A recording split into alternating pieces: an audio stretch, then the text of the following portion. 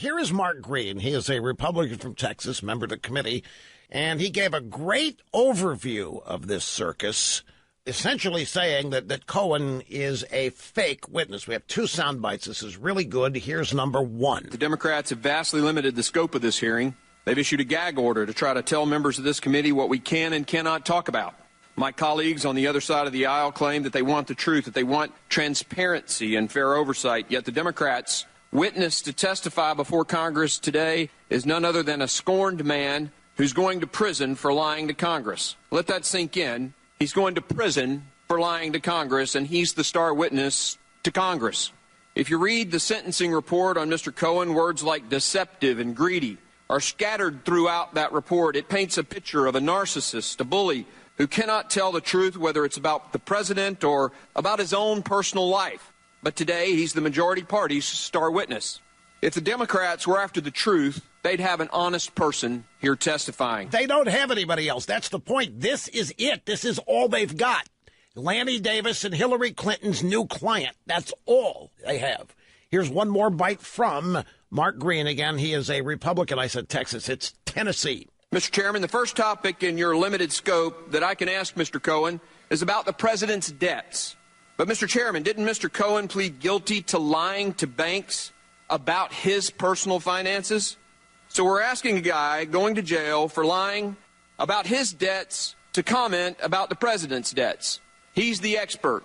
Mr. Chairman, your next couple of topics say that I can ask Mr. Cohen about the president's compliance with financial disclosures and campaign finance laws, but didn't Mr. Cohen on 2 occasions break campaign finance law with his own donations? So again, the majority party's star witness on the president's compliance is a guy who broke compliance laws himself.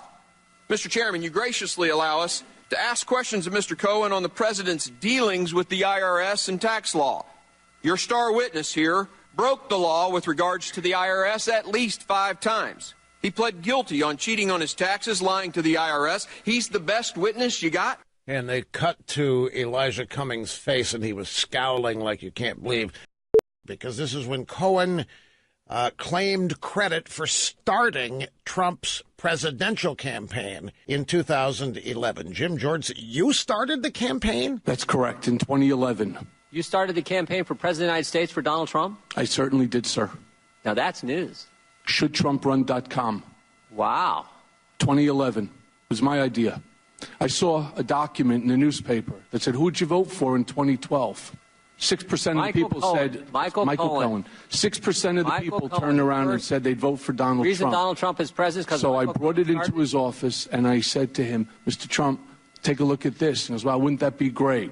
And with that is where it all started. Yeah. Okay. Like, I'm sure he had never thought of anything like that until you came. Such a lie. CNN had to begrudgingly acknowledge it. First, Eric Trump tweets, Cohen was lobbying everyone to be chief of staff. It was the biggest joke in the campaign and around the office. Donald Trump Jr., Eric nails it. It really was the biggest joke of the entire transition. The beginning of his bitterness was when he realized that was never going to happen. But don't take those guys' word for it, because you might say the Trumps are biased. Let's go to the sentencing report, but I want to read a couple of excerpts from it. The Southern District of New York, the sentencing report on Cohen.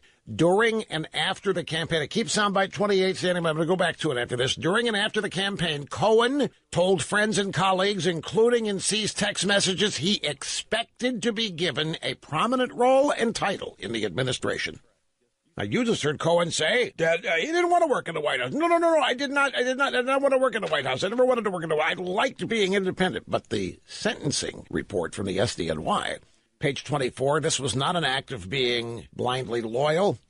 Cohen relished the status of ultimate fixer. The Southern District said that he even lied at his sentencing, claiming or blaming his accountant for underreporting income to the IRS, when the SDNY says he did not provide his accountant with the information they needed. Sentencing report. During and after the campaign, Cohen told friends and colleagues that he expected to be given a prominent role and title in the administration. Here's the soundbite again. How long did you work in the White House? I never worked in the White House. And that's the point, isn't it, Mr. Cohen? No, sir. Yes, it is. No, it's not, sir. You wanted to work in the White House. No, sir. You didn't get brought to the dance. Sir. And now? I was extremely proud to be personal attorney. I want to move on to the next soundbite. Fox News just flashed a breaking news alert out there. I'm holding this breaking news alert in my formerly nicotine-stained finger. Cohen says he has never been to Prague, refuting key Russia collusion claim of Steele dossier. Michael Cohen, President Trump's former attorney, said he has never been to Prague, refuting a key Russia collusion claim of the Steele dossier. Now, folks, I guess the Democrats asked him about this, and that, to me, shows they have reached the bottom of the barrel, because Cohen has answered this question 1,000 times since the Steele dossier was revealed. He has revealed that he never went to Prague. The Steele dossier said he did go to Prague to facilitate a meeting with Russians on behalf of President Trump. He's never been to Prague. His passport shows he's never been to Prague. Nothing about his existence says he's ever been to Prague. It isn't breaking news, and it's not the first time the Steele dossier has been refuted. The Steele dossier is known to be bogus for years now. This is a big bugaboo. This continues to be reported as a legitimate document because that's why we have the Mueller investigation, and that's why we got the FISA warrants to spy. So everybody's trying to stand on the fact that it was legitimate, and it was the reason for this investigation. And it's been bogus from the get-go. It's Hillary Clinton opposition research. You know all this. So here today in the hearings, the Democrats ask, or I'm sure the Republicans asked if you've ever been to Prague, and he says no.